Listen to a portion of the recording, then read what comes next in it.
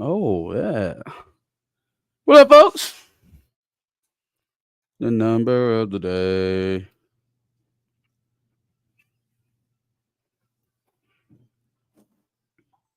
Zang Beto, what's going on, brother? Zang Beto, always on time. Oh, I need to turn on. Well, let's make sure we record it. You know what I mean? Oh, all right. Oh, What's going on, chat? Happy Sunday. Everybody yes, doing sir. today? Yes, sir. Hopefully, y'all are chilling after the crazy Saturday we had, at least in college football. Considering the SEC is terrible.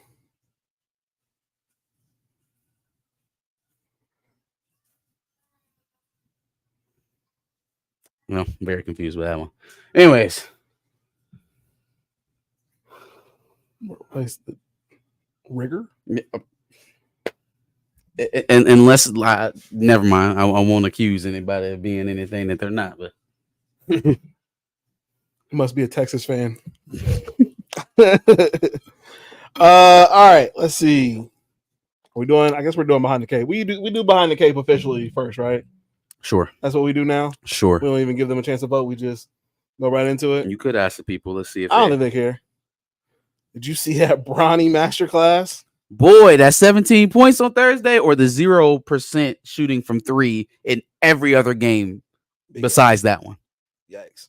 Yeah, I didn't know which masterpiece we talking about. All right. Oh, okay. Yeah, great. That's just what I thought.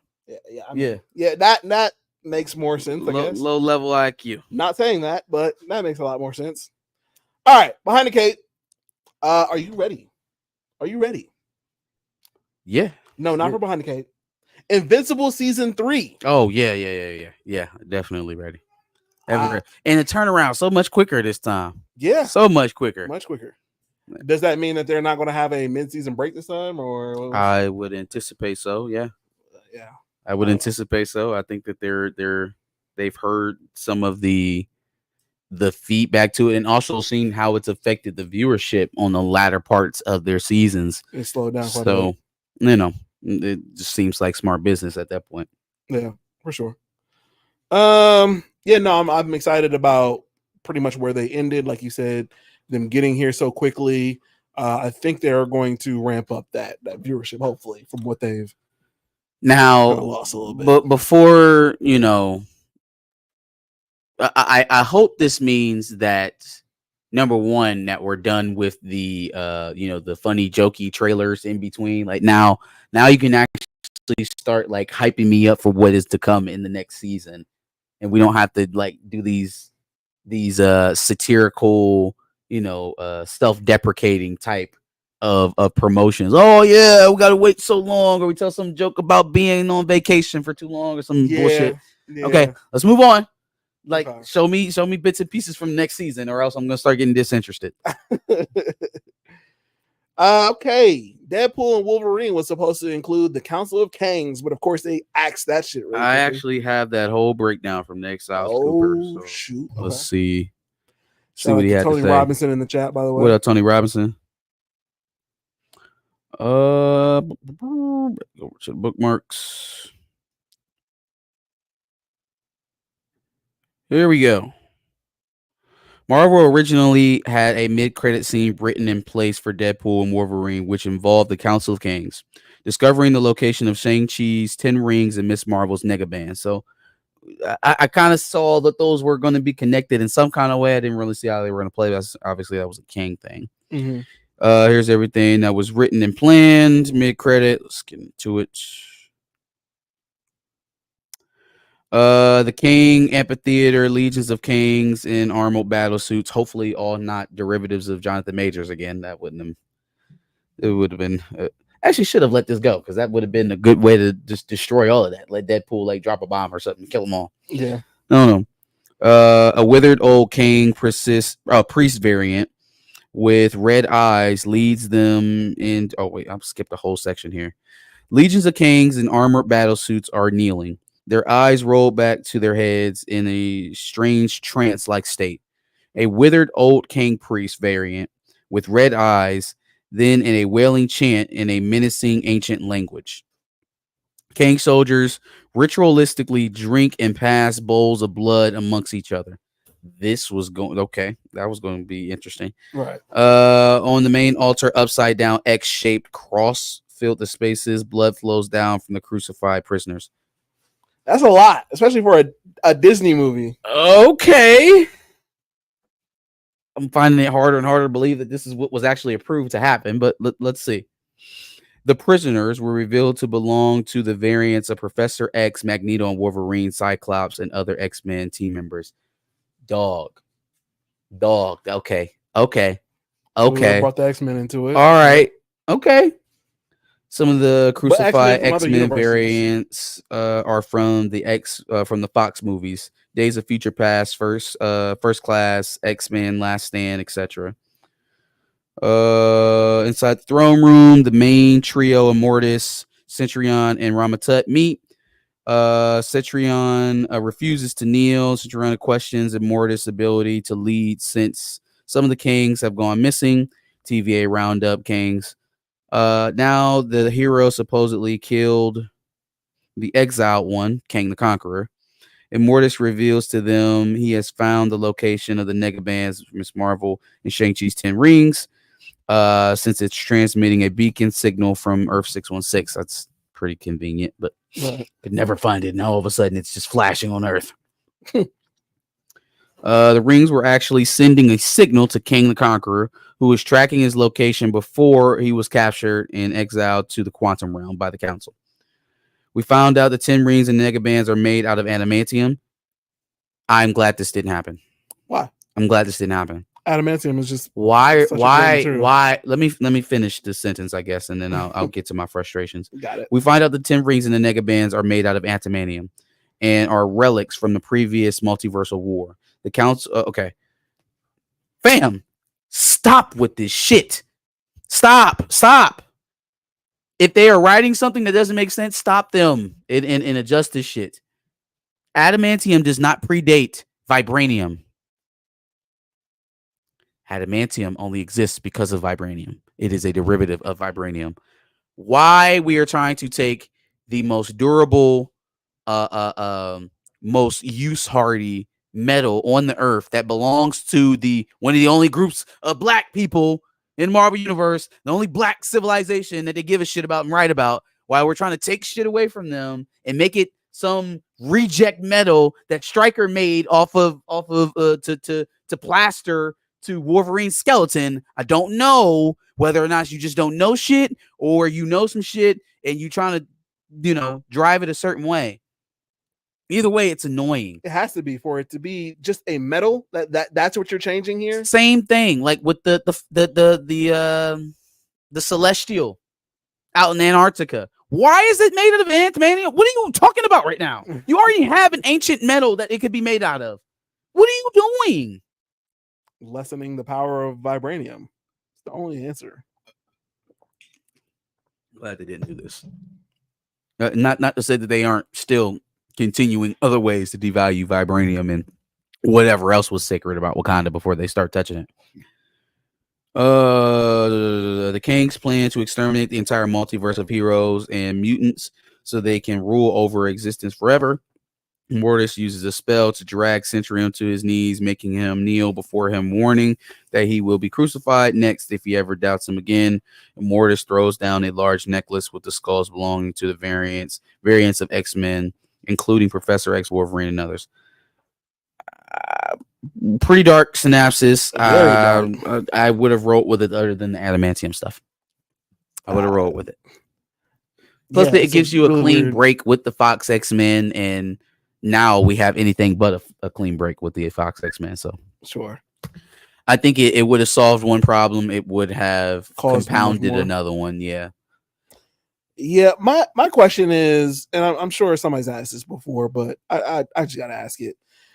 Loki, we see Loki variants who aren't actually Tom Hiddleston. Mm-hmm. Why don't we have Kang variants that aren't Jonathan Majors in the first place? I don't know. Seems like that would have been such an easy thing for them to write. They loved him until he was accused of assaulting a white woman. That's all I can say. But no, about we have to have Dr. Doom. why that was. They believed in his ability as an actor and thought that he could carry he is a great parts actor. of the franchise until he was accused of assaulting a white woman, and then he was worthless. So even though he didn't do it. It just shows you how much confidence they had into him while they were planning this phase and how quickly they moved on from it because literally everything was set up for him. So yeah, facts.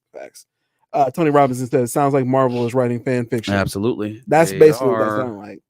Yes, satanic fan fiction at that. Borderline satanic fan fiction. Real quick, we didn't really give the whole behind the cape, whatever. I said behind the cape at the beginning. Did you? Yeah. I kind of feel like we kind of cold walked into it. I said behind the cape, and then I said, "Are you ready?" And you were like, "Yeah." What? Anywho, drop us a like, share, subscribe as always. Go back. Absolutely. All right. So apparently, people are giving early reviews of Denzel and Gladiator 2. Okay. And people are saying it might be Oscar time. Yeah, I mean, you hear some of that stuff from the early access viewers. I don't know how much I put into that. Yeah. Now, I this is a film that I've been anticipating for a while, so I do have very high expectations. I would lean a little bit more on the first audience reactions and see how that's going first, as opposed to the people who are given early access. A lot of times they already have pre-existing relationships with whoever it is that gave them the access to see the film early. So yeah, there is a little bit of bias built into that automatically with those type of reviews. It's just better to wait to see it yourself, or at least wait for somebody that you trust who's seen it with their own two eyes. Yeah, I have no doubt in my mind that Denzel has done a good job, or even a great job, but Oscar worthy before the movies even come out is crazy. Let's see. We'll see. Okay, let's get into some DC news, shall we? Sure. James Gunn is apparently super excited about his casting choice for Superman, so much so that he says, and I quote, David Corn Sweat will blow people the fuck away. Yeah, anyways. There's so much going on with him right now. Like, obviously we got the controversy with Aaron. Joker is doing what it's doing. We got a preview of Creature Commandos this week as well. Yes. We got to see the first preview for that. Sticking with the Corn Sweat thing, okay. So when people are talking about a lot of other things and you bring their attention over here to whatever it is you want them to talk about, it could work sometimes, right? But then for your more seasoned people who can see how you're communicating, how you're moving, can see that, all right, well, you clearly don't want us to be talking about any of that other stuff. And while I believe, he believes in David Corn, so obviously he casted him, and then he's got a lot banking on this Superman movie, so he better believe in him like that.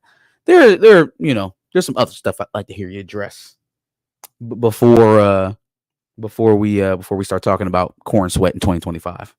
Some other things that are a little bit more immediate that you could choose to talk about. He loves to get on the internet and fight about frivolous things. At least we could do is get some answers on some of this other stuff. Like you're going off about Crypto the Superdog. Can't hear anything about why you chose Aaron Pierre over an actor who actually looks like him phenotypically. Yeah, directly. Oh, mahogany. I think that would be him trying to avoid maybe some of the backlash. Absolutely, yeah, 100%. And I mean, it will work for a certain degree. It'll work for the people who are already on his side. I think for some of his critics, the more that he does that, just the louder it'll become. It could be worse. DC has done worse before. They have doubled down on some of the backlash that they received for The Flash, and then that crash and burned. Yeah, and I mean that didn't really work out for them though. So no, it didn't. So I mean, could be worse. I guess is all I'm saying. True. But yes, Creature Commandos has a trailer out, and it should be coming out on December 5th. We kind of talked about it a little bit before shooting, and looks like Suicide Squad. It looks like animated Suicide Squad, like literally Suicide Squad. We got Rick Flag is leading. We got Amanda Waller is the eyes or the brains of the operation. It is Suicide Squad. Sorry, animated non-human Suicide Squad.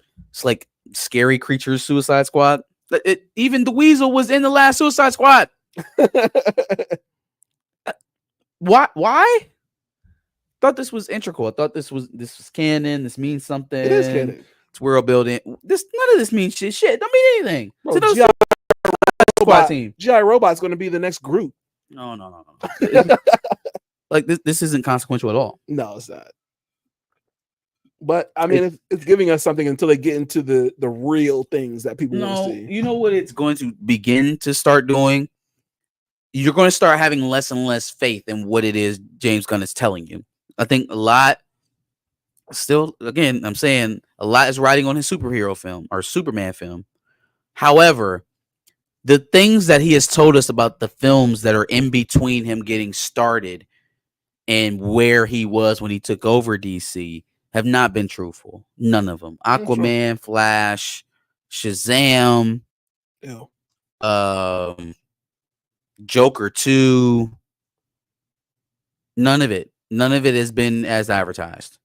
But to be fair, those aren't Gunn's actual, like the things that he plans on working on for his universe. Josh, James Gunn got in there, and him and David Zaslav decided that Batgirl was so bad. Sure. It did not deserve to see the light of day. It was a bold move. Mm-hmm. It was a very loud move. And it was a move that said, we are in control of this thing. We are not going to put out subpar content. Yeah. And since they've done that, they have put out duds. Two, maybe three. I don't know what the Joker's going to do.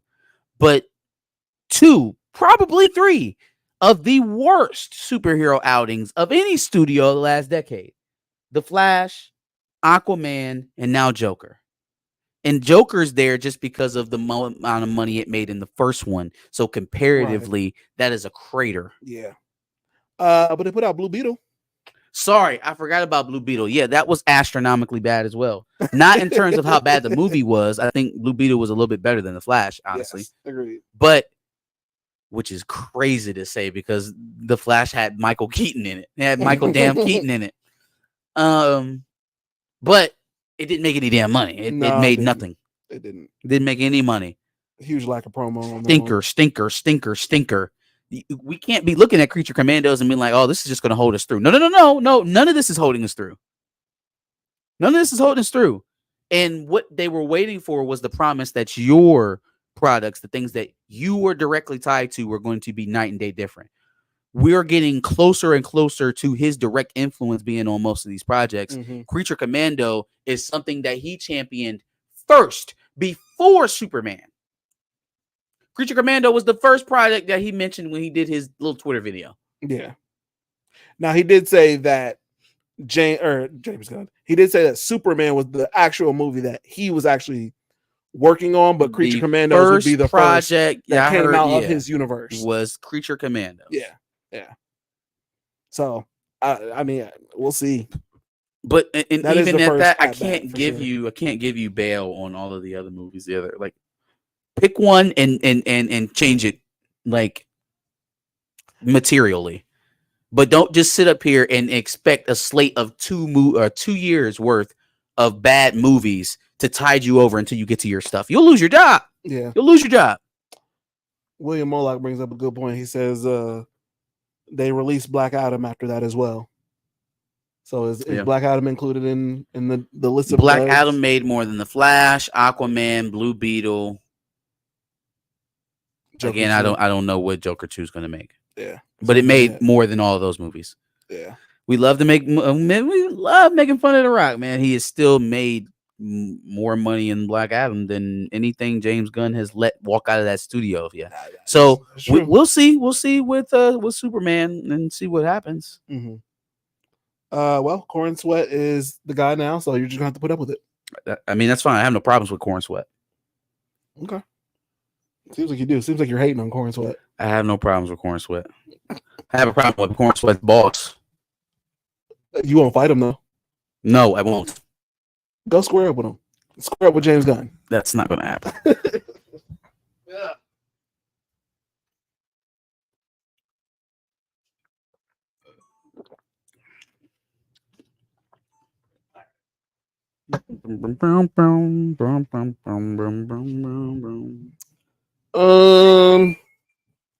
Okay, off of DC, I'm pretty excited about this Sam Raimi movie coming to Netflix on October 25th by the name of Don't Move. Okay. I think that should be a very interesting movie coming out. Let me give you the synopsis.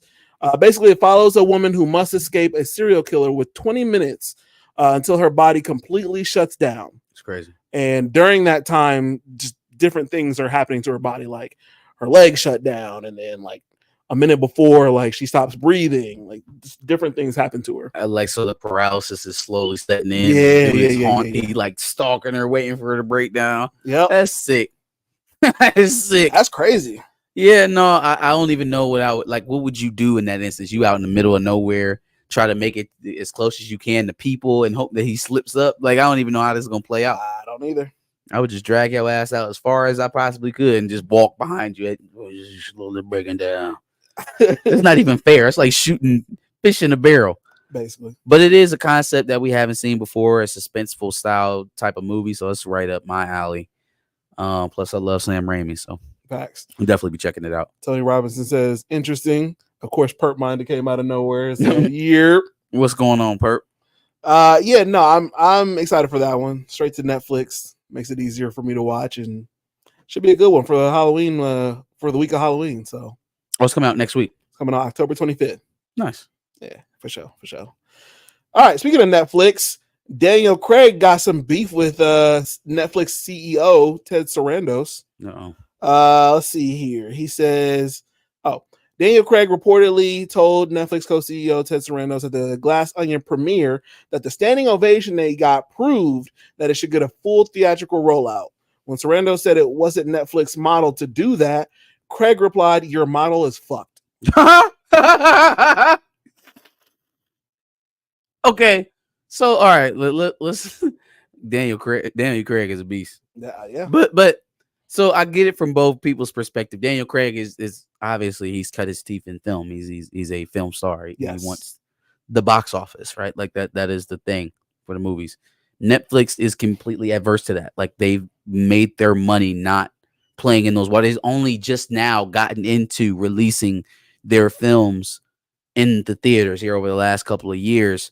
They've been extremely successful releasing their stuff on their streaming services, having it being insanely popular, and then having that drive subscribership. Now, does that mean that Daniel Craig still gets the same cut in that style that he gets from, regular people just going and purchasing tickets and him getting, some residuals or getting some points off the box? I don't know. I have no clue. I can't tell you. I would venture to guess for a star like that, they would do their best to make it comparable. Mm-hmm.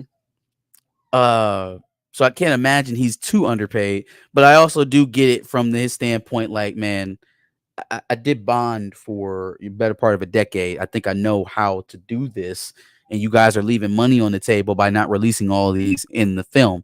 Like, if Glass Onion was released in theaters, and they are planning to release the third version of Knives Out in the theaters, well, bodes well to have that prior sequel in the theater as well. But Netflix is looking at it like, we don't need to make $400 million on this movie. We just need another 2 million subscribers over the holiday season to watch next season to watch Knives Out 3. Yeah, that's good enough for us. Mm-hmm. So I don't know, man. Seems Yeah, like it's a tough maybe one. they both weren't thinking about each other too deeply when they started this partnership. Makes sense. Let's see. Perp said in the chat, Netflix should do the Shutter model where they put some of their movies out in theaters and a month later they're on the service.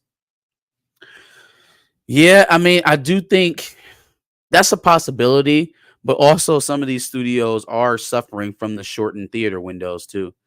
There are situations where a movie kind of gets a second wind or it catches steam through word of mouth later in the viewing cycle. And while that may not be a big deal for studios like Warner Brothers or Disney, for smaller studios like a A24 or Blumhouse, that kind of stuff, yeah, no, that money is going to go a long way, like to making sure they break even. So I think shortening the window hurts more people than it helps. Mm-hmm.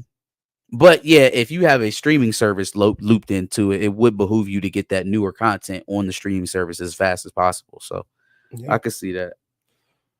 I don't know. We'll have to continue to watch and see if what happens with Netflix and how they do their model. Because if more actors decide, nah, fuck that, they're gonna have to do something about it. He said your model's fucked. Yeah. Yep. All right, we got some Black Panther casting rumors. Damson Idris is a name that pops up, I feel like, pretty much in every huge black role at this point. And he's on a short list for T'Challa, obviously, for us. Absolutely, yeah. Are you excited about that potentially being one of the rumors? About Damson Idris? Yeah, absolutely. Anytime. Okay. Yeah. How about Aurora Monroe potentially being cast in Black Panther 3? Seems lofty, but also a very good move. Okay. I do like the actress that they say, Jamie Lawson. Mm-hmm. I've seen her in a couple things. Obviously, the Batman as a mayor. I think I didn't see episode 4 yet, but obviously she plays some part in the Penguin as well, from what I'm seeing. In episode 4? No. I said I didn't see episode 4, so I don't know if she's popped up yet. But no, I think she'll be popping up in this. Maybe she pops up later in the season. I haven't seen her so far, but she's in that universe because she's the mayor. So. Yeah. So, first of all, shout out to Darius for providing us with the insider information on this one. I think that if they were going to go this route, having both of them kind of come in and stabilize what seems like is an unstable Wakanda would be a very good play. It also fills a few voids that they have right now in terms of their black roster, right? None of their characters, from Rhodey to Monica to Shuri to Sam, we haven't built out their families. Shuri we have, but they're all dead. Like we don't know if Sam had a girlfriend at all while he was an Avenger. If he has an ex-wife. He has a sister and some nephews, right? We know nothing about his personal love life. We don't know anything about his personal ambitions outside of being an Avenger. He owned a shrimping boat. He was trying to get a loan. But there were relationships in the comics. Right. So. Right. Same thing with Rhodey and Monica Rambeau. Nothing. We know her mother, right? And obviously she's gone. Did she ever have a dad? Does he exist? What about those grandparents that she got dropped off with in Captain Marvel? They show you who they care about in terms of character development because they take the time to build their life, their world around them. Mm-hmm.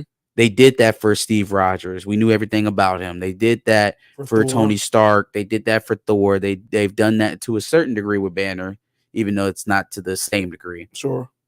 They have not done that for a lot of the black characters, even to the point where we're on like year 12, finally getting a limited series for Samuel L. Jackson, and we just found out that he's been married the entire time. And not just married, but married to a Skrull.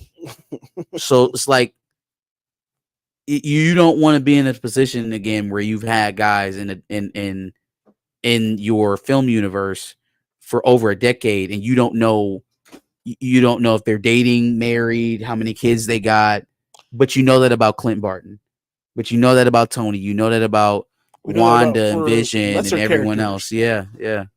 Scott Lang. We've seen infinitely more about Scott Lang's life than we've seen about any of our black characters. Yeah. Or Star-Lord. Stay you T'Challa, obviously, but that's about it. So, hell, they even did it for Black Widow, says Latrell Bradshaw. That is true. Yep. Disney needs some flavor. Bring in more black heroes. That is it. I mean, they still got opportunities to bring more in. A la Blue Marvel and there's a few other ones. So if they ever get that Blade thing over, that's never gonna happen. I think we all know that. Unfortunately. Okay. Smile 2, 46 million worldwide. So that's good for a horror movie. Yeah, I was about to say horror's winning here lately. That's a pretty good outing, I feel like. Did better than its original. Yeah. Oh yeah. So that's cool. And then we got a release date for Daredevil Born Again, March 4th, 2025. Oh, come on through, Mr. Cox. Daredevil. I got some shots of his suit. It looks pretty cool. Okay. And also the amount of detail that they've shown to this. They've brought back Rachel, they brought back Foggy, they brought back John Bernthal as Punisher. Mm-hmm. Good night, man. This should theoretically speaking, they have taken all the steps pre-release, pre-production to make this a good show. I mean, when you basically make it the next season, basically to the last.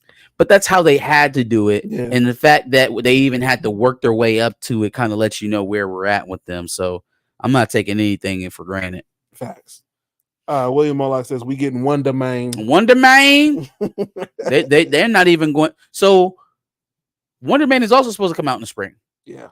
So if Daredevil is going to be 8 episodes or 10 episodes? It's like 8 or 10. I felt like it was 8, but it could be 10. And it's March 4th. That means we're not open to do another show until May. You know, they'll have some time before. It's not like it's Power where they continue one right after the other. Right, yeah. I was about to say it's got to be sometime mid to late May that Wonder Man may come out. Maybe. Even though it was supposed to be spring 25. I don't know what's going on with Wonder Man. But are you anticipating it anyway? No. What? So, I mean, who cares? Yeah, no, I don't give a shit. I was just saying it may get reorganized if they've put Daredevil at 4 or May 4th, excuse me. Yeah, we'll see. March 4th. What did I say? No, I said May 4th. Oh. May the 4th be with you. Officially rated TVMA as well. I like it. I can't find how many episodes, but here we go.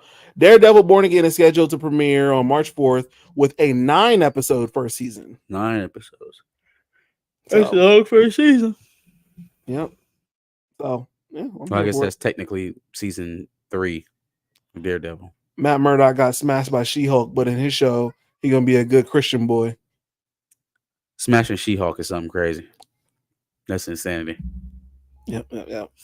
Anyway, want to take us out? That's it for Behind the Cape this week. Give us your thoughts on all the takes. Give us any takes that we missed in the comments below. Make sure you like, share, and subscribe. Come back every Sunday. We'll be doing Behind the Cape right here. Absolutely. Like you said, make sure you subscribe just because we do this once a week. And make sure you check out our playlist for Behind the Cape where we talk entertainment, rumors, news, updates, and all that good stuff. All right. Anything else? Yes, sir. You going first? I feel like I went first last week. It didn't count because we weren't here in person. That's not a thing. It's a thing now. I'm making it a thing. Peaked with a new suit.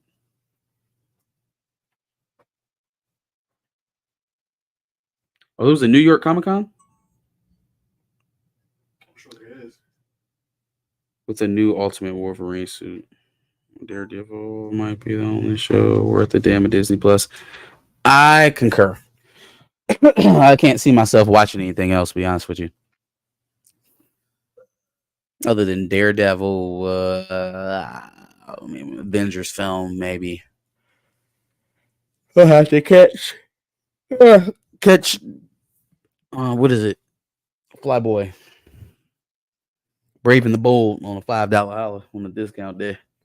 Flyboy? Brave and the Bold Batman? Sorry, not Brave and the Bold. Jesus Christ. What is his name? The Falcon. Captain America? What's the name of his movie? Brave New World. Brave New World, not the Brave and the Bold. That's funny. That's another James Gunn joint that should take off. What happened? Brave and the Bold, Batman and Robin. Yeah, I don't know if that's even going to be a thing anymore. I don't know. It doesn't. We doing like a Reeves thing. Pattinson's Batman is already working and creating its own universe. Doesn't play well with others. And his idea of how to present comic characters only works, I feel like, for Batman characters. That shit ain't gonna fly. Yeah. For everybody. Like, yeah, you want the Batman villains to be grounded and be real people and not actually have powers. That's one thing. But like expanded DC universe stuff, I don't want that guy running it. Makes sense. All right. W's and L's, the weekly recap show where we give a dub to the things that we like and an L to the things that we don't. All right, let's start off with my dubs. These are quick dubs, hip hop related dubs, nothing major. It looks like Absol has announced his album is coming out before the end of the year, which I'm excited for. You know, Absol can spit, so you know, definitely excited for that. But what I'm even more excited about that seems to be coming out much sooner is Tyler the Creator's new album. So obviously his last release was Call Me If You Get Lost. Interesting thing about that. Okay. Do you know what Tyler's original release date was going to be? It was going to be on a Monday. No, it's going to be on a Monday. It is going to be on a Monday. Okay. It was going to be the Friday before. You know what the Friday before is? The Friday before. No. October 24th.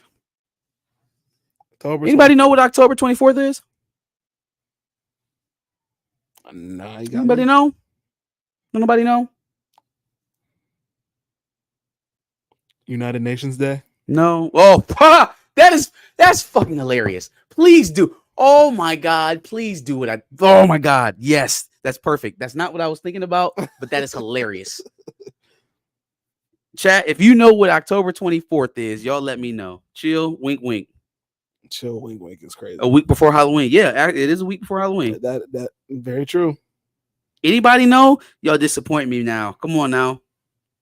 I feel like I'm getting my black card revoked for not knowing. No, it's not a black thing. Okay. All right. Not a black thing. So October 24th. What is it? What is it? Zang Beto. Did he do it? Did he find out? Yeah, Zang. Yeah, Zang. Wow. Hold on. Okay. Rabbit hole gets deeper. Yeah. There is a NASCAR driver, I think he is, or a Formula One racer.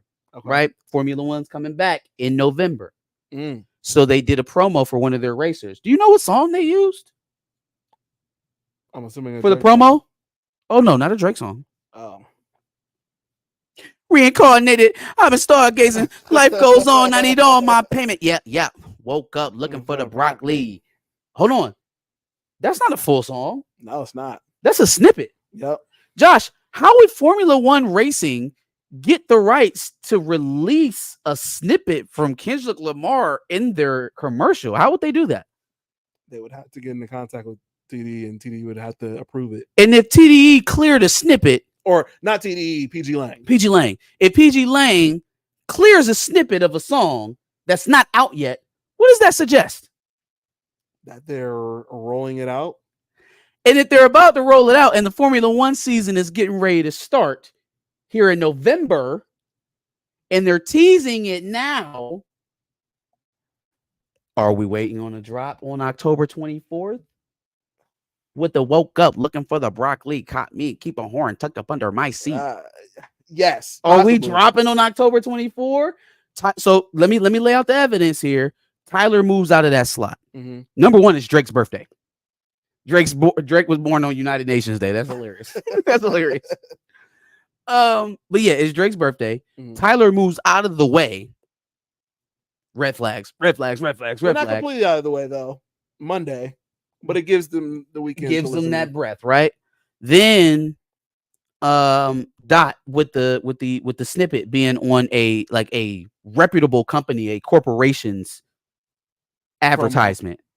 That doesn't happen if that's an unreleased track. Doesn't happen if that's the track that's not going to be released imminently. I think y'all should be on the lookout for a drop on Drizzy's birthday. One more piece of context to add to all of that, right? Few years ago, Beyonce calls Drake to do a song. Drake says, okay, I'll do the song. They do it or whatever. Then Drake drops a dancehall album on Beyonce's birthday. Yeah. Right? Undercuts her whole dancehall thing that she had going on that summer. Who did Beyonce pull on tour with her in the aftermath of that whole little kerfuffle? And uses a feature on one of those songs. Kendrick. Where he said, hey, real talk, slap homeboy. I'm telling y'all, look out, be on high alert for October 24th. Be on high alert. That's crazy. I didn't say that. It's not a black I thing. saw that. You did say that. So ironic. That is hilarious. So ironic. Kendrick hooked them up, so maybe the song is coming soon. SZA and Schoolboy hinted Dot's album coming soon, so here's hoping before the end of the year. Yeah. I did not hear the Drake Spanish track. I just not interested. He has a Spanish track out now? He just dropped it on Friday, or they just dropped it. He's a feature on it. There's also thoughts that Kendrick was looking, or excuse me, that Drake was looking to drop on his own birthday. So y'all know he got to have an album out by the end of the year, right? Like he's going to have to drop a project. It's just very interesting that if that cat and mouse game is happening, he only has a limited amount of space to try to get that out before Mariah Carey sucks all the air out the room. So with the holiday, so like he don't have a whole lot of time to try to avoid K-Dot, because then if the album get going, ain't nobody gonna want to hear your shit. Facts. So you going to avoid them, or are you gonna walk right into the trap? What you gonna do, Drizzy? What you gonna do? What you gonna do? What you gonna do? What you gonna do? Very good question. Okay, so I wasn't gonna do this until after my L's, because it's a toss up. But since we're talking about Drake, might as well bring it up now. So basically, where I'm going to lead to is a question. Like I said, it's going to be a toss up, and I'm going to try to be as unbiased as I can going into it. But recently, I don't want to say Young Thug tweeted, because I don't feel like he actually tweeted this. But Young Thug supposedly tweeted out a tweet that says basically we should stop beefing. There shouldn't be any more beef between Future and Drake. We got to get this money, and we need to do more. Get on. Yeah, no, I was your trial, homeboy. Yeah, no, fuck that. But Future about your trial. Future apparently retweeted it, and I was concerned and I was upset because I'm just like, I feel like Future doesn't need Drake. Future doesn't need Drake. I feel like he makes great music without Drake, and so like if he still feels like, you know, whatever caused the beef before is still relevant, fuck him. Look, I never stood up for all of the adjacent Drake battlers because it never really felt like it was meant from a lot of them, right? Like Metro is doing the BBL Drizzy thing and talking about how he could never tell people why he don't fuck with Drake no more while you're playing his music and doing sets with his tracks. Like, sure, you can't do both. You can't juggle both. Future, I don't know. I mean, it is what it is. We never knew that was over. ASAP Rocky always felt like it was petty. Rick Ross bowed out pretty early. Kanye, we already know what their long history is. That's always going to be there. That's never going to go away. So it's like, in terms of the battle, I never fed into the 20v1 narrative at all, because all those guys took their one shot and went back home. Yeah. And went home. Right. And let this shit. Yeah, the weekend. Which that's a more eternal beef. That's not rap beef. That's I will literally kill you. That's beef. That's beef. But for the other guys, it was never really important for them to stick in it or stick with what they were saying, because they were never the ones that were calling Drake's moral character to cause. Facts. They were never actually dissing him, the person. They were just kind of dogpiling at the riding a wave. Yeah. So if Future is going to do and say all the things he's done and said over the last year and then cozy up to Drake, if you think they tore up J. Cole here recently, you go ahead and do that. Go ahead, Pluto. Go ahead. And just see how it works out for you. Sure. Like, do you think ASAP can ever sit up here and try to dap up Drake and Future ever again? Is that ever an option? Drake, no. That's like never an option. We're never doing that. Be. That's like Ray J and Kanye would never probably be seen talking or having a cordial conversation in public ever again, even though they've already had cordial conversations since their kerfuffle. I still feel like Ray J at some point is going to end up as a feature on a Kanye album at some point. That's never going to happen. I just feel like they both enjoy clout too much. Not going to happen. But that's outside of principle. I think not even to say that they aren't cool or that there's still beef or anything like that. But publicly, the amount of disrespect you have lobbed my way will not allow me to ever acknowledge you publicly ever again. It can't. That's fair. Like I said, for principle, I could see that for sure. Yeah. I just think both of them enjoy clout quite a bit.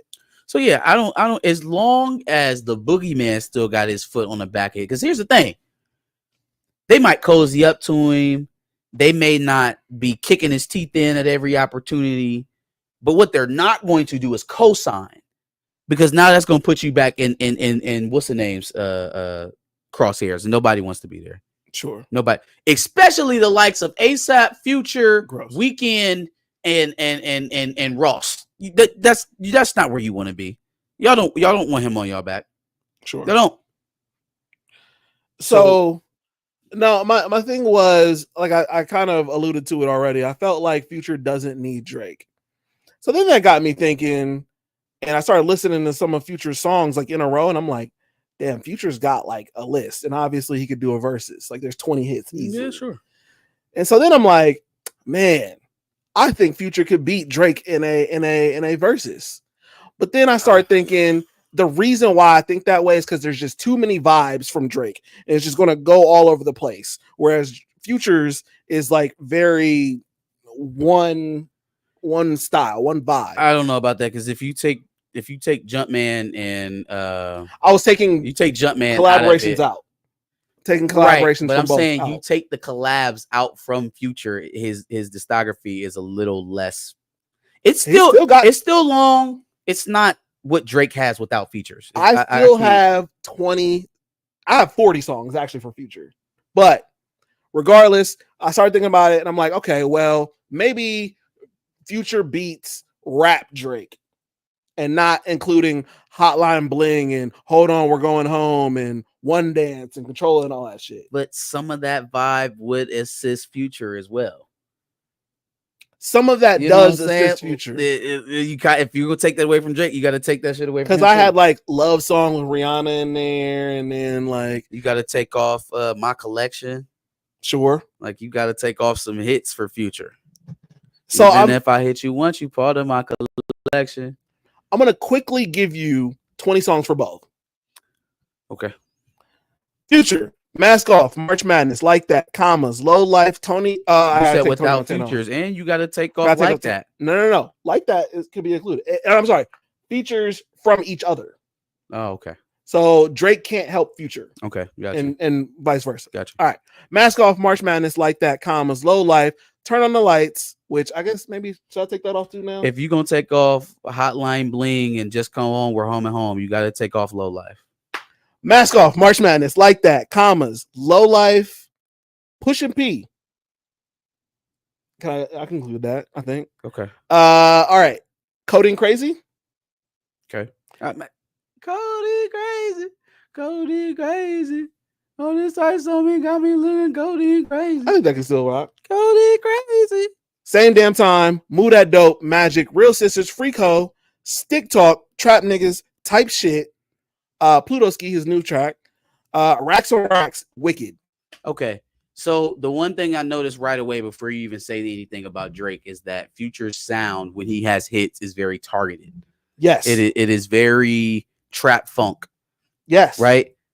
With Drake, his, even if you take out the features with Future and you take off the poppy shit, his catalog is going to roller coaster. It's going to hit so many different, which is going to be more appeasing to a general crowd. I feel like it could either be more appealing, right? Obviously, or like what it did with Jadakiss or the Locks versus Dipset, right? If we make it bring your hard shit out, then I don't know, maybe Drake will lose. It'll be tight. I don't know. And all, I don't even know how we got to this in the conversation of Future going back to Drake's side. But if that's what it comes down to, like, do I need you to move forward? Then yeah, no, there's no reason for Future to have to go back to Drake for the sake. Here's the kind of the narrative spinning that went on, right? It's that, well, Drake helped all these artists. He gave all these artists all these number ones, and then now they turning their back on him. That's a perspective. Also, a perspective is he used all of them to get number ones and then took their music. You know what I'm saying? Like he just took their music, got the number one, moved on to the next hot craze. Yeah, no, I You know, don't. that that's another perspective. So as much as you might like to say that Drake validates Future and his career wouldn't have been as big if there weren't those little futures, Drake was decidedly a pop star before Dirty Sprite too. And when he rapped, it was like more Like, to the side of like hip hop. yeah, as but opposed to, like, before real trap Dirty shit. Sprite, your boy was a pop rapper for sure. He was Yes. closer to Childish Gambino to what he Yeah. is today.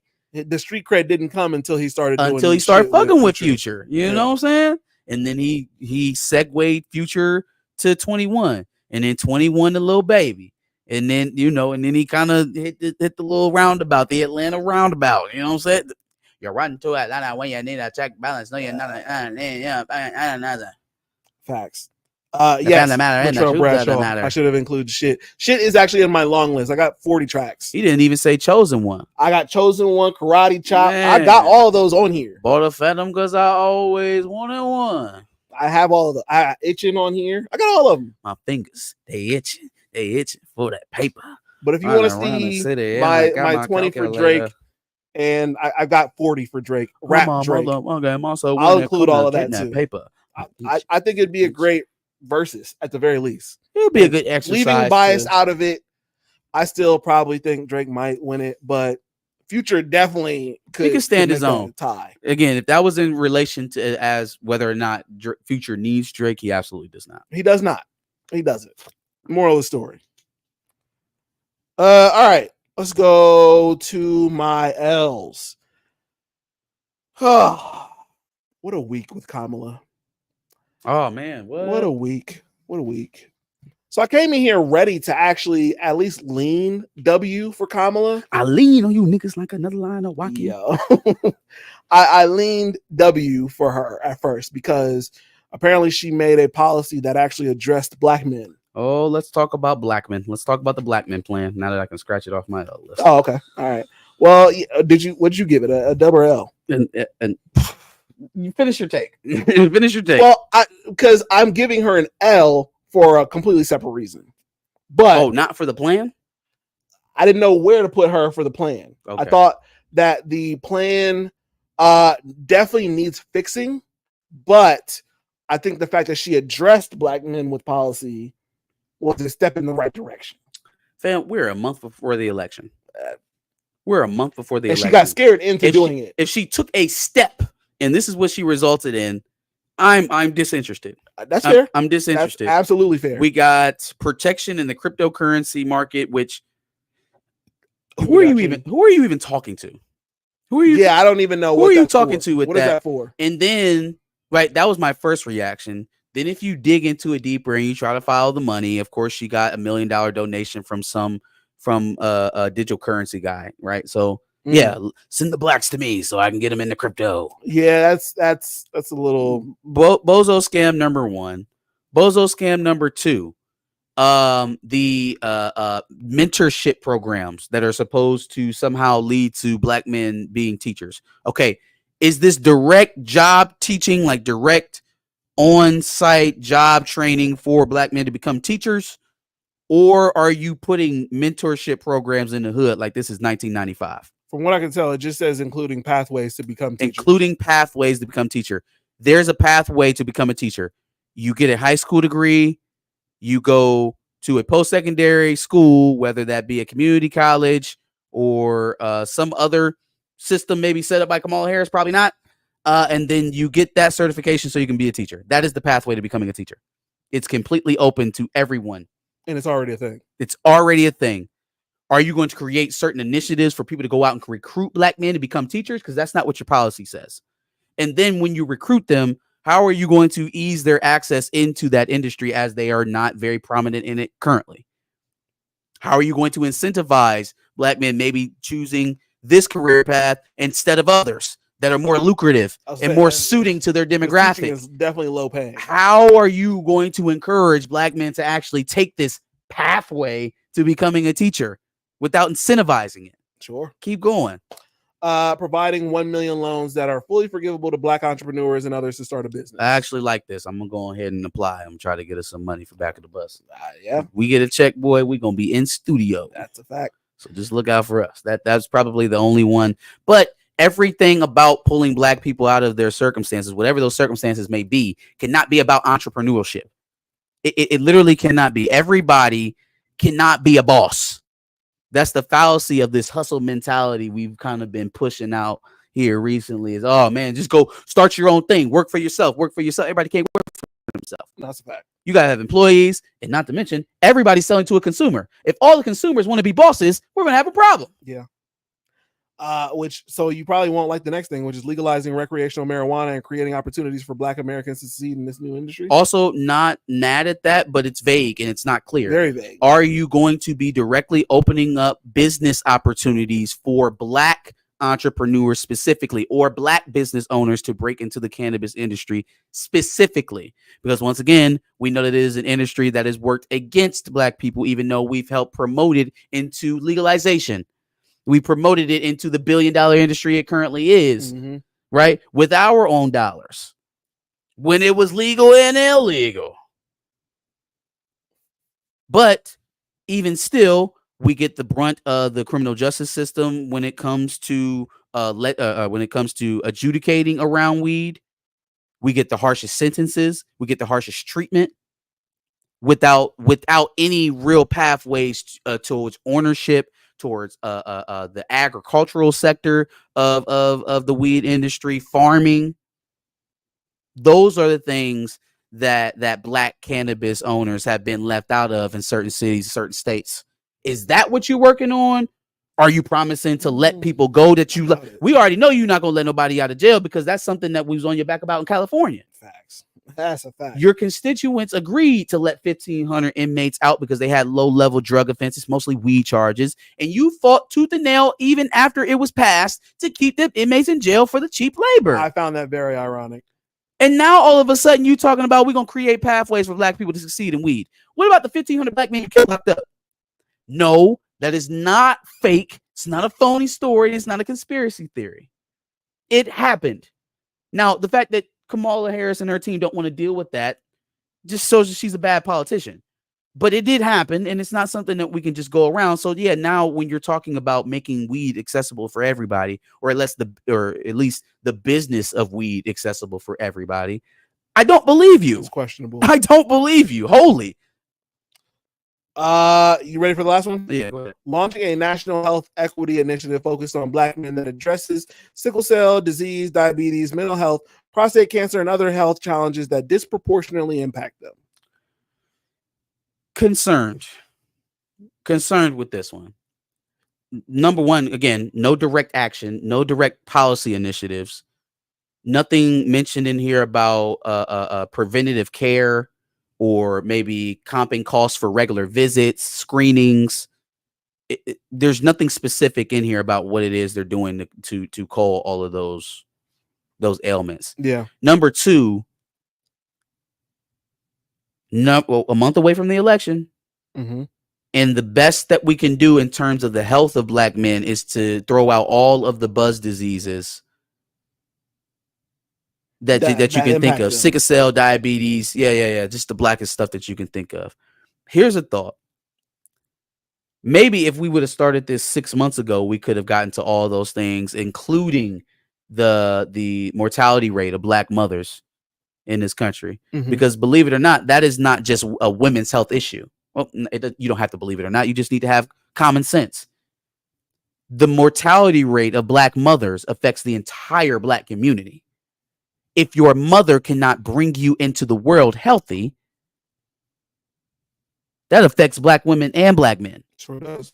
And Black women die in this country at the rate of a third world country compared to other Western powers. That's the kind of stuff I want, like getting to the root cause of what is wrong with healthcare in this system, in this country. Not we're gonna make sure that you can get the camera up your butt for free. Right. No, I mean, that's legit. We gonna make sure you're part of the United Diabetes Club so you can get free testing strips. Give me free healthcare. Fam, you are not at all. First of all, thank you. If you're not directly addressing how my healthcare is administered to me, you're not a serious actor at all. We already know she isn't a serious actor because how she waffled on Medicare for all. Facts. So nothing about this plan is serious. Mhm. There are no direct initiatives. There is no explaining what the problems are and how they're going to fix them at the root cause. There's nothing on here about reparations. Nothing. Absolutely nothing. But like I've heard, wouldn't that Angela Rye on the Breakfast Club a few weeks ago talk? I don't know why people say she's against the reparations. I was in meetings with her when she's talked about reparations. Where's her plan, Angela? Where's her plan? It's non-existent up to this point. I guess you only come out the woods when it's time to talk shit to Jill Stein. Yikes. Now, I'll tell you why I guess I leaned W. And it had nothing to do with what was actually in the policy itself. It had more to do with just the fact that this proves black men, the black men vote, Jesus Christ, the black men vote is powerful and is now powerful enough to get candidates to acknowledge them. And I hope that this sets a precedent to where presidential candidates in the future have to address black men by name when they set up policy. Yeah, I don't know. I seen a graphic the other day about the margin by which Democrats have won the black vote over, for Democratic presidents, right? So they started with Bill Clinton. He was like plus 63 or plus 80, plus 80 points with Bill Clinton. Mm-hmm. Bill Clinton left office with a plus 60% approval rating. You don't even hear about presidents getting to 60% approval rating anymore. That's unheard of. Like 30s. That man left and resigned his position with a 60%. Oh my God. Mm-hmm. Dear God. Anyways, so it started with Bill Clinton. He was up around 80. Then they went down to Hillary Rodham, right? And she dropped down to about 63% in 2016. Okay. Then Joe Biden in 2020 had gotten down to plus 51. Right? No surprise there, with his corn pop stories and shit. And then Kamala Harris is only plus 46. It's literally half of what we were just in the mid 90s with Bill Clinton.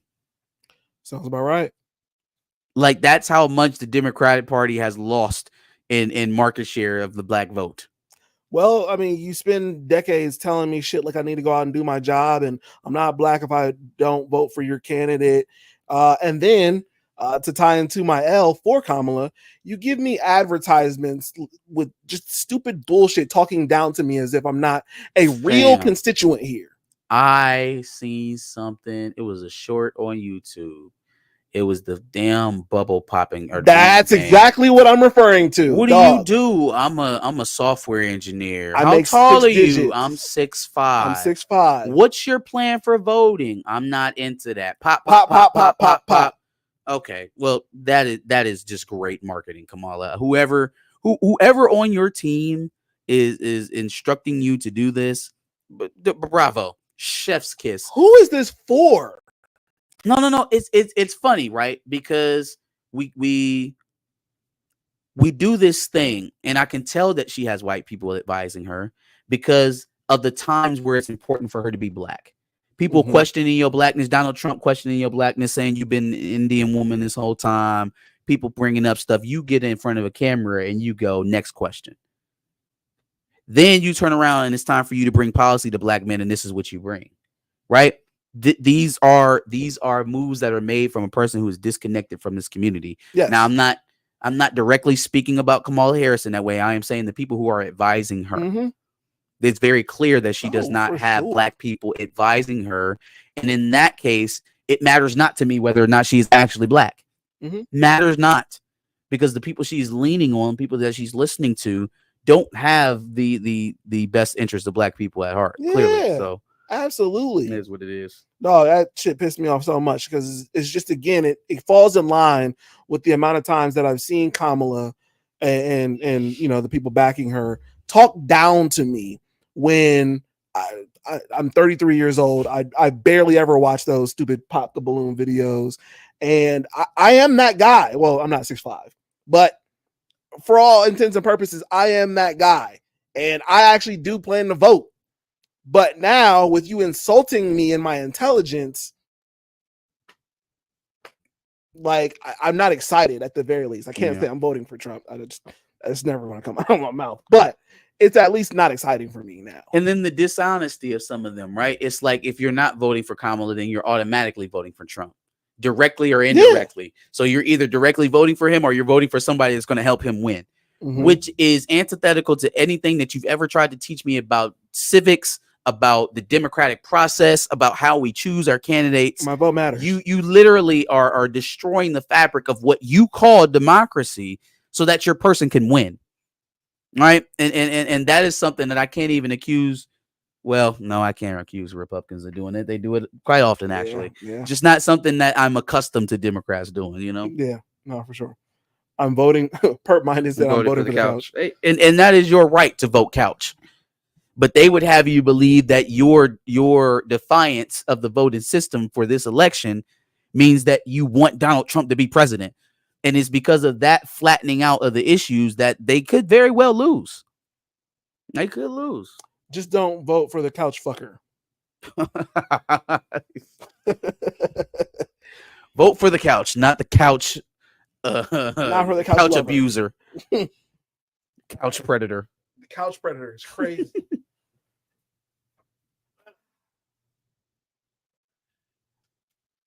William Moloch, was he a good math teacher? No, I think so. He said his math teacher got fired for lying that he had his master's. Yeah, that's crazy. Was he actually teaching, Will? Nah, bro. Nigga was trash. How'd they find out he ain't have his master's? How did you get hired and start teaching if you didn't actually have your master's? That nigga was trash on the chalkboard. Where he start working at? I want to know where that school system at. Right. Okay.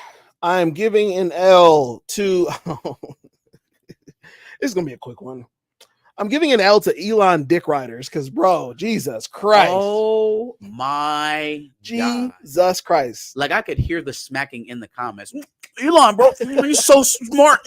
You got all your money. You're fucking stupid. You don't got shit. Elon. Bruh. It was... I only engaged with it because, first of all, I found it hilarious. Second of all, why not increase engagement? Why not increase it? William Moloch said that he was the best math teacher he ever had. That's crazy. Damn, dog. It is what it is. Yeah. Sorry to hear that. Yeah. But yeah, no, man. Like, I don't understand what people don't understand about commenting on YouTube and dislikes. Those are all still engagement. Those are all still engagement. It's going to help the videos appreciate perform. it. Yeah, go nuts. So go nuts. Keep it going. Keep it going. I appreciate it.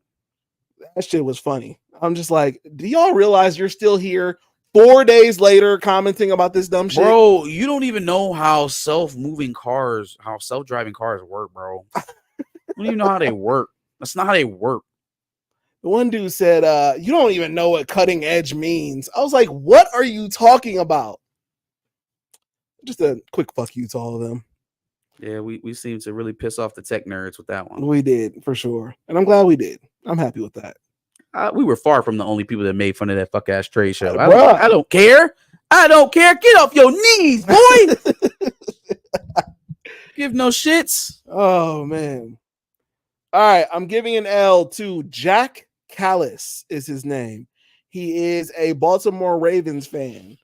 And this man fucked around and found out. Okay. Bro lost his job as a insurance agent because he's out here fighting random Washington Redskins fans. Not the dude that got knocked out. The tall white dude that got knocked at the Redskins. It was the tall white dude, but I don't feel like he got knocked out. He fought two Redskins fans randomly. Like he jumped at him, and then one dude. Oh no! I know who you're talking about. Like outside the stadium. Yes, I do remember that. It was random as hell. Fucked around and found out because he lost his job, and that's what you get for being a drunk ass fan. Yeah, I don't know why people haven't realized yet that, like, even though you may not be around your wife or be around your children or be around your employer, that you are simultaneously still around all those people. Yeah. And don't act accordingly out in public. You know what I mean? Cameras are everywhere. The internet is everywhere, dog. People don't fight like how they used to fight either. I can't tell you how many like alleyways or bathrooms or like just secluded places I fought in They trying to fight in the middle of. That's what lets me know that you don't actually really want to fight. Yeah. You can't fight in the middle of a town square and tell me that you really want to fight. Like, don't even if you were successful in the fight, you didn't want it to last. Mhm. You didn't want to do nothing with it. You didn't really want to actually get no work in. You want to get some work in. Let's go to the parking garage. But see, let's go to the parking garage where there's one attendee and he don't really give a shit anyways. Right. And we're gonna be able to get our issue out. Yeah. Y'all want to fight in front of the women walking up and down the street. You want to fight in front of the bar bouncer so they can come break it up. Y'all want to fight in a group full of women where it's one gay dude walking with all of them. Let me punch him out and seem tough. Yeah. Like, that's the type of situations a lot of these young guys want because it sets up well. It's going to be broken up quickly. It's more than likely going to be on the internet. I'll look great. You don't got to put in no work. You don't got to do anything. So fucking stupid. But see, in this case, he randomly attacked them. Yeah, no, he came. I seen him. He's walked up the street, hit him, and then went back out of the way. Yeah, which is trash. And I'm glad you lost your job because you're a fucking idiot. Well, just saying. Tis unfortunate. Thanks. Okay, my last L is going to the people who believe. To the people. To the one will. To the people who believe in this random TikTok story of underground celebrity tunnels in LA. No, that's the thing, bro. That there are supposedly underground tunnels that Hollywood has for like filming and shit. And celebrities use them. And they got Starbucks down here. Starbucks. And they get it for free. And they get it for free. Oh, there's not. Will Smith and Tom Cruise are not hanging out at the fucking Starbucks underground. That's not a thing. If ever there was a place in the United States where there are underground tunnels for celebrities to drive on, it'd be LA, right? It would be LA. Not to mention, there are not just the drivable tunnels, but there are literally, like, sometimes in parts of Los Angeles, they're along like where the bus stations would usually be, or like a train station would usually be. Mm-hmm. They have these corridors that they use to build. They built them in LA for kids to use, like a long time ago, 30s, 40s. Okay. Built them into the infrastructure. So there are these walkways that are down that you can come on the steps, you walk down, and it's kind of like on the side of the streets. They still exist. Now, a lot of them have been filled up or they've been overran by homeless people and shit like that. They had a similar thing in Vegas, right? It wasn't necessarily for kids, but they have these tunnels underneath all the hotels for moving money and shit like that, or moving certain celebrities that they don't want to get caught up on the strip. There are these underground tunnels underneath the hotels. They had the same thing for either LA or maybe it was Vegas too. Yeah, it's just overran by, prohibition too, moving liquor, shit like that. But that infrastructure does exist. Sure. It's still there today. So there is not a Starbucks just chilling for them to go to. It's just not. Okay. No way. All right. So you don't think there's no secret Starbucks that only celebrities use and nobody else knows about? No, I feel like they just get their assistant to go get the Starbucks. That's why you don't see them on the 405 or wherever he said. If there was a secret tunnel underneath your city where you can go to a secret Starbucks where you don't have to pay for the coffee, you wouldn't use it. You would send your assistant. Oh, what? No. If there actually was one, oh no, I'm going to that bitch. Right. Absolutely. But there is not one. I think it's real. It's not real. No way. There's no way. What's going on, Marvelous D? What up? He says he's currently voting for the couch. Will Smith had his tunnel Starbucks privileges suspended. Yeah, for a year. If there was one, he would have got suspended from it for sure. If it was ran by white Hollywood, absolutely. Them white people would have felt so much. You're not around. You're not allowed to take the track anymore, Will. Yeah. Chris doesn't want to see you in passing. We felt so traumatic after that event that we just can't have you. It's too the unsafe. Thought of seeing you on the what would you even call it? The underground Autobahn. Oh no, they called it the actor bond. The actor bond. There you go. I was close, right? That's what they called it. Yeah. The thought of seeing you on the actor bond just gives my skin goosebumps. That's what Amy Schumer is saying. Ick. Can't do it. 1 year suspension. No, I don't believe it. It's not a thing. But hey, maybe they'll make it now. Who knows? Anyway, that's me. It's on to you. All right.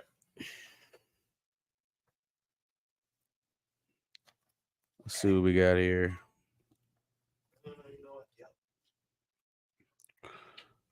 All right. Oh, you got to change the battery? Give us a few seconds there, folks. Appreciate everybody joining us. We got 25 people in the chat. Go ahead, give us some likes. Let's keep getting that number up. Appreciate y'all as always. While Josh is replacing the battery, I'll go ahead and remind everybody that we're here every Sunday, usually around 3:30, 4 o'clock, kicking off with Behind the Cape usually, and then finishing off with Dubs and L's. So if you're a new watcher today, we appreciate you. Come back, keep kicking it with us. We usually have pretty good takes. Except about Elon. No, my Elon takes are awesome. No, we're idiots. We don't know what we're talking about when it comes to that. It's like, yeah, man, he's rich and he's not innovated anything, huh? I'm like, well, I mean, you said it, not me. Loan from daddy, stolen patents from the Tesla family, stolen business from his friend and business partner. Ruined X. Ruined Twitter. Ruined Twitter. Only a few steals to 1 million. Did you see the new block feature The what now? The new block feature? Apparently, when you block somebody, they're still able to see your tweets. They just can't engage with them. It's fucking stupid. Well, okay. It's fucking stupid. He's creating a community of obsessive people. Yes. So they will be able to say something. They'll be able to see it, but they can't retweet it. They can't leave a comment. So you're just going to sit there and fume. No, they're going to probably screenshot it and then still talk about it. I swear mute doesn't work. Mute does not work. It doesn't. It doesn't work. Well, mute was always kind of stupid anyway, because it still allowed that tweet to come up. It just kind of censored it. I cannot mute Elon Musk out of my algorithm. I literally just tried it, so I'm waiting to see if it actually works. It doesn't work. Does not work. I didn't want to block him because I'm just like, it's not. I feel like block is not going to work. So we'll see. Well, of course not, because you're still going to see his tweets now. He just told you. So we'll see. All right. All right. Let's give my dub out, my one and only dub this week. Yeah. Guys, going out to Kevin Durant. Kevin Durant. I literally have the initials KG written down on this paper. Kevin Garnett. Same person. So it came out this week, or it was reported at least, that Joel Embiid is going to be pulling his best Kawhi Leonard impression. Kawhi Leonard needs to just hang out. I was about to say, Kawhi Leonard himself is pulling his best Kawhi Leonard impression. But so is Joel Embiid. So he's no longer going to be doing back-to-back games. Kevin Garnett tore his ass up. Tore his ass up. Like, brother. Why do I even pay for NBA tickets at this point? 82 is the season. Go play another sport. Go play another sport. Go play another sport, bro. Like, I don't understand it. I don't get it. The team should have a stronger response to things like this, because if they're not playing these games, tickets are going to drop dramatically. And also, what is your argument for raising the salary year after year after year, and you want to play less games? What is the argument there? Crazy. I mean, you'd be better off arguing for dual player ownership type situations than what you're doing now. Well, man. then you'll be incentivized to play those games, and then it doesn't make you better. It's like they don't care about winning no more. Nobody cares about winning. Winning is not the most important thing. That Paul George energy has rubbed off to the rest of the league. Fucking gross. So yeah, shout out to KG for telling it like it is about Embiid. Yeah. You took my Kamala L for the black plan. Bro, Kawhi needs to just retire. Why is he not retired? Cause man, board man, they're still paying him. We want another Larry OB. They're still paying him, and they are still paying him. You can't say Larry OB to the Lakers. You can't say he still wants a Larry OB. He's not playing for it, so board man gets paid. Board man gets paid. Who gonna be wearing these motherfucking New Balances? Yikes. All right. Giving an L out to whoever changed the Larry Johnson commercial. Oh, I just heard that. Yeah, that was crazy. So this week on is it Up in Smoke or All the Smoke? It was All the Smoke. Yeah. Steven Jackson, Matt Barnes. They had on Larry Johnson as a guest. Former NBA. Was he number 1 overall? No, he's a lottery pick. Larry Johnson? Yeah. He probably was number 1. He's a lottery pick at least. Apparently there was a marketing commercial. I need to go to sleep. He was first overall. Number 1 overall 91. pick in 1991. So they have a commercial that they're shooting for him. The NBA is right. It's going No, to this be was Converse. Converse. Excuse me. Yeah, Converse. Because at that time, Larry Bird and Magic Johnson were both signed with Converse. Mm-hmm. So they come up with an idea, genius plan, right? They're gonna have Larry on like an operating table or like an experiment table or whatever. And him and Larry, they're gonna be going back and forth. They're gonna get to the end of it. They're gonna say, all right, what do we call him? And then Larry Bird's gonna be like, we should call him Larry. And then Magic Johnson's gonna be like, nah, I think we should call him Johnson. And then they was gonna go back and forth. Larry Johnson, Larry Johnson, Larry Johnson. Okay. Which is hard as hell. Crazy that it's like a combined name between the two. Magic Johnson advocating that his name should be Johnson is crazy. Anyways. Pause. Anyways. Pause. So back and forth, right? Larry Johnson, Larry Johnson, Larry Johnson. And then they was gonna come up. He was gonna come up like a Frankenstein or whatever. You know what I'm saying? And be like Larry Johnson coming to a stadium near you. NBA season starts, yada yada yada. Yeah. That's dope. That's crazy. Now apparently somebody, while he goes off to his dressing room, gets a little bit perturbed because when he gets to his dressing room, they've changed the wardrobe quite a bit. My boy got a dress hanging up, several different wigs, and he's like, "Well, what's this? What's all this going on, bro? Why I got to get into a dress?" I said, "Damn, bro, somebody didn't want to do the idea that we picked, man. They didn't like it." Now, immediately, I'm looking at those two figures there. We got Magic Johnson. We got Larry Bird. Mm-hmm. Magic Johnson, obviously, is the more happy-go-lucky of the two. More prickly figure is Larry Bird. Mm-hmm. And I probably would have said Larry Bird if not for the very last words from Larry Johnson on that podcast. Mm-hmm. He said, "Larry loves me." He said, "I never found out who it was that didn't want me to be in the commercial that way, but Larry loves me." You know what I mean? Yeah. That's crazy. You want to put a black man in a dress because you have to share the spotlight? Like, come on, Magic. Oof. That's crazy. Ooh-wee. Well, you said 1991? 1991. He was dealing with some things anyway. Oof. So it was some things going on. Maybe he just wasn't in his right mind at the moment. At that time, he couldn't be on a commercial saying Johnson. Yeah. Okay. Oh, Nelly. Would have been a hot topic for him. That's all I'm saying. Here we go. Next up, I've got Drizzy. We talked about a little bit of it with the his birthday probably being a target for a Kendrick nuke. Mm-hmm. But also, I think your boy is spiraling again. I think he's spiraling again. We got the post of him with the ultra duck lips and the long braids. Like, why is this man blowing us kisses in every picture I see him in now? Soon to be 40 years old. Still acting like this. The braids are fine, I guess. I still put my son's hair in them kind of braids every now and again. But the the balls at the end, the duck lips. Fam, I think you found your black phase a little too late. Like, step this shit up. Not to mention the cryptic posts with Solange after the Jay-Z situation. Is Drizzy barking up the wrong tree? Yes. And I don't think it's because certain people will bar him away. In this case, Jay-Z. I think it's because Jay-Z is just powerful, and you probably shouldn't bark up that tree. He made Piers Morgan apologize last week, so maybe you don't want to do that. And Piers Morgan, and it's not impressive that he made Piers Morgan apologize. It's that he made Piers Morgan apologize to him by the name Mr. Carter on a Rupert Murdoch-owned network. Facts. Okay. Facts. Rupert Murdoch allowed Tommy Lauren to get on one of his networks and claim that he was a drug dealer. Mm-hmm. Right? And there was no retraction.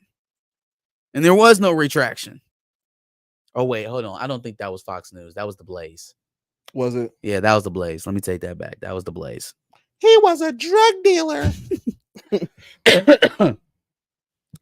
Yeah, man. Something's got to give, man. What is going to grow my boy up? What is it? If it's not losing head-to-head battles, if it's not being embarrassed, if it's not, having a child that may or may not have been conceived during a threesome, what is going to grow you up? When a kid,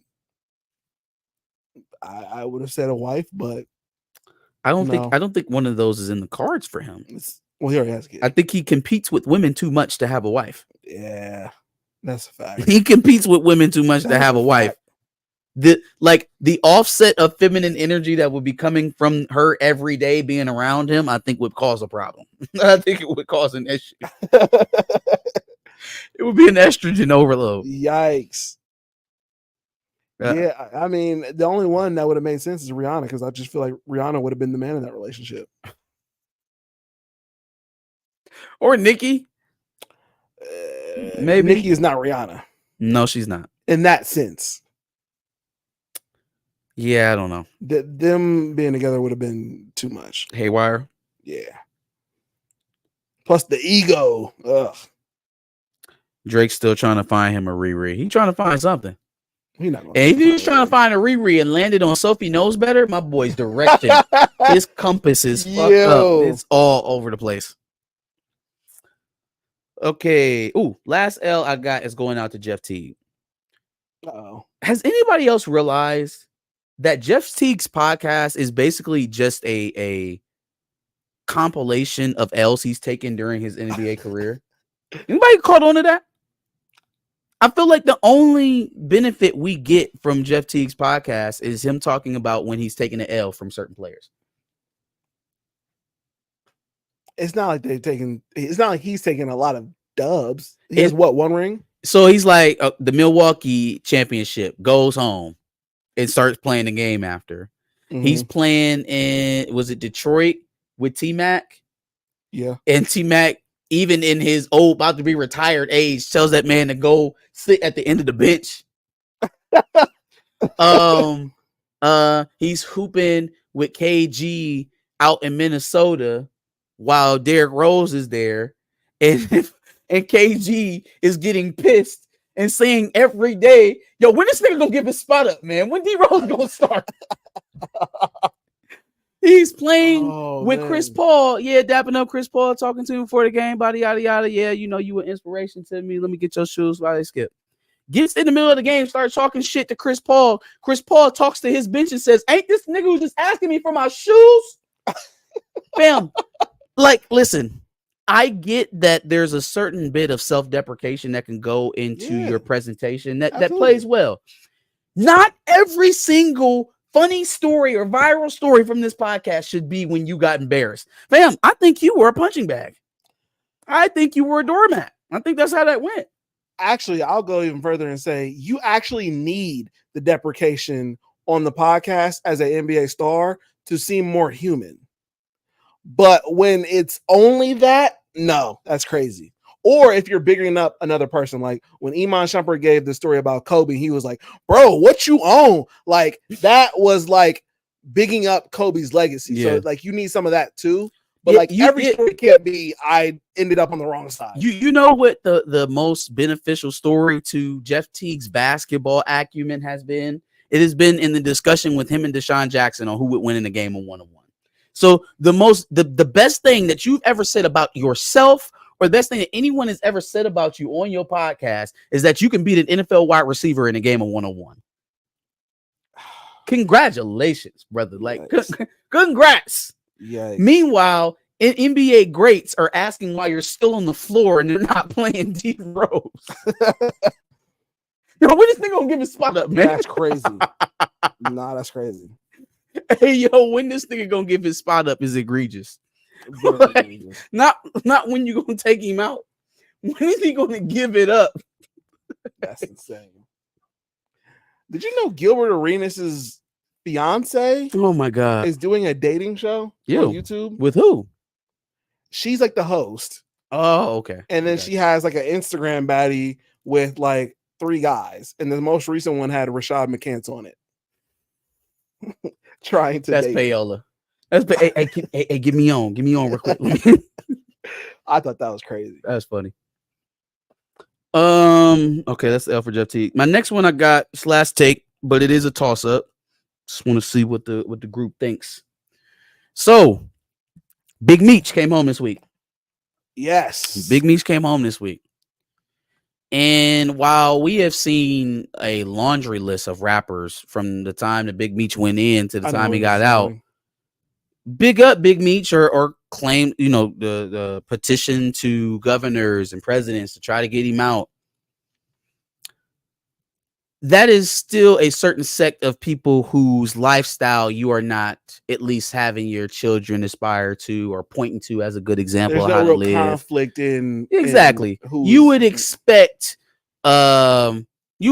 somebody like Rick Ross to be like, or Future be like, hey yo, what up, Big Meech? Right? Jeezy, yeah, what up, Big Meech?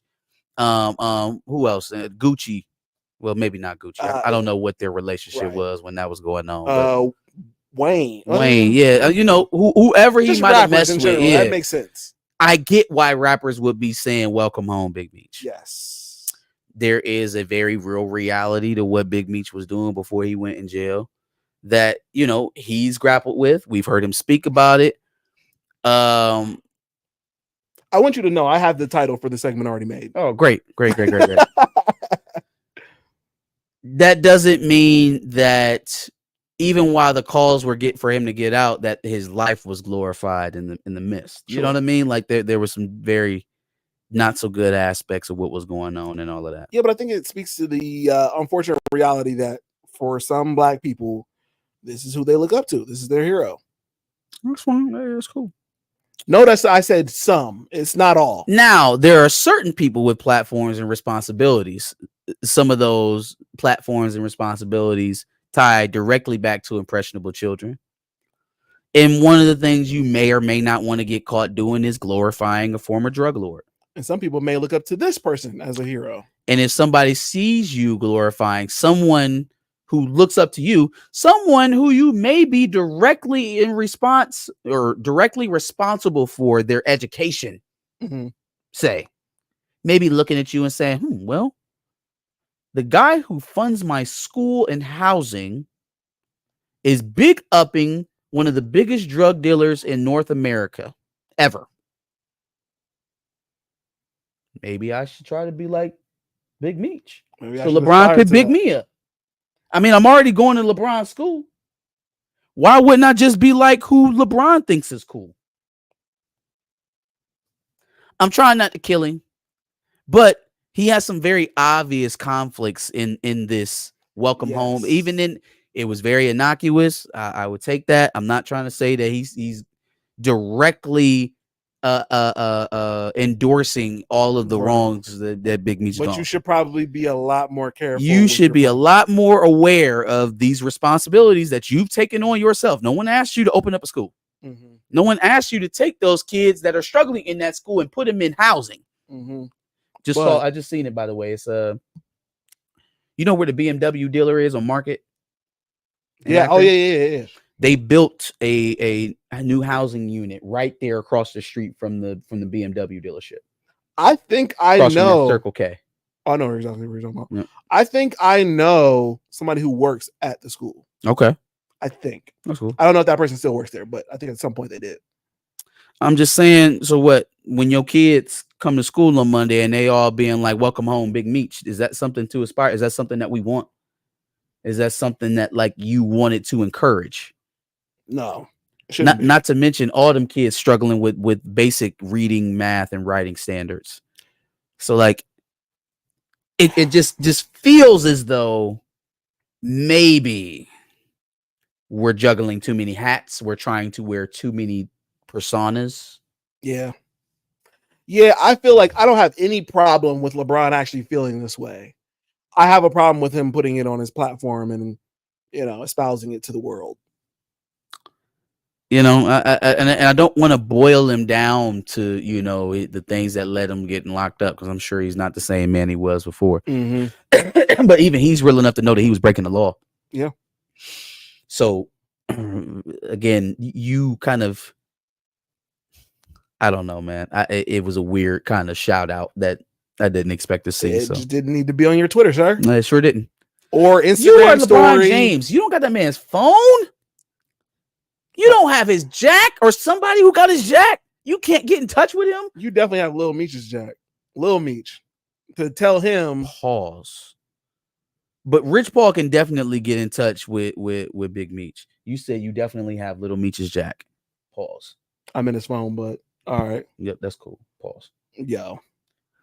I'm sure him and Bronny been smoking weed together for years. I'm sure he's. Never mind. I'm not gonna say it. That would have been childish. Well, yeah, man. That I'm just, that's my toss up. I'm not gonna kill him for it. I'm not gonna say that he needs to apologize or delete the tweet or anything like that. It's just be careful. He lives a different life. He has a different set of responsibilities than most normal people. So the criticism is a lot higher. The scrutiny is a lot higher. Yeah, just be careful with your platform. Zane Beto says my goat would never co-sign a drug kingpin. No, he wouldn't. But I mean that is also, again, I don't know if Kobe knew Big Meech or not. We don't know. I think Kobe would have encouraged him to get out of prison or tried to help maybe get him out of prison if he knew him. If he did, I don't know if he knew Big Meech or not.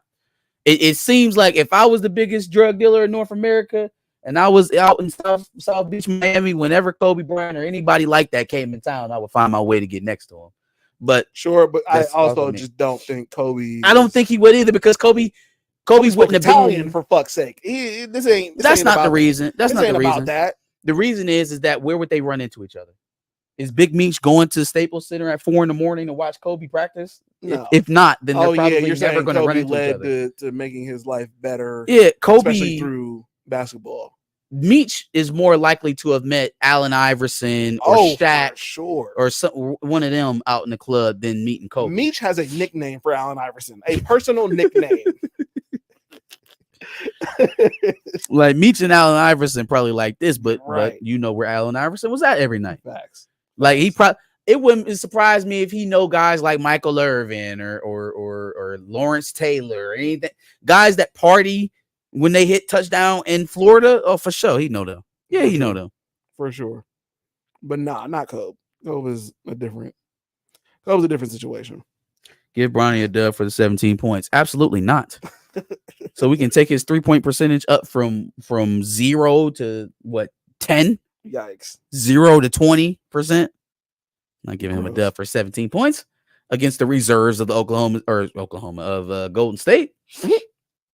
And then even at that, they were getting dogged. They were getting troused by like 50. It's like 128 to 174 when I looked, something like that. It was bad. It was awful. Yeah. Yeah.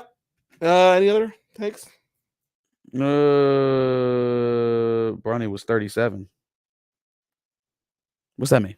Bronny was 37 years old. Scored more points than Clay during the preseason. So, okay, William Moloch. So go ahead and stamp it. Tell me Bronny James is better than Klay Thompson. Say it right now. Go ahead. Klay Thompson about to have new life in Dallas. Hasn't looked good in the preseason, but it's preseason. Whatever. Yeah, I think he'll be all right. I think he'll be fine. Yeah. All right. Yeah, that's it. Yep, that's the last take. Taking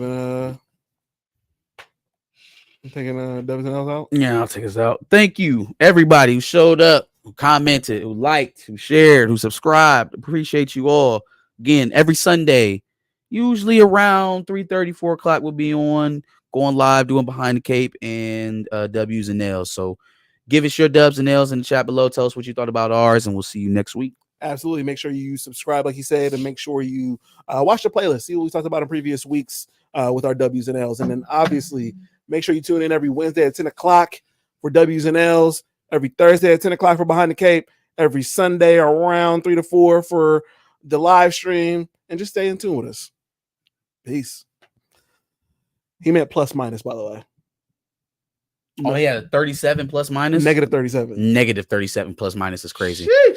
A negative 37 plus minus, and you scored 17 points. You know how much shitty you got to be at all the other aspects of the game for you to be down 37 points, but you scored 17 in your time on the floor. You would think that the scoring would help with some of that. Sheesh. Hey, like JJ said, he earned this.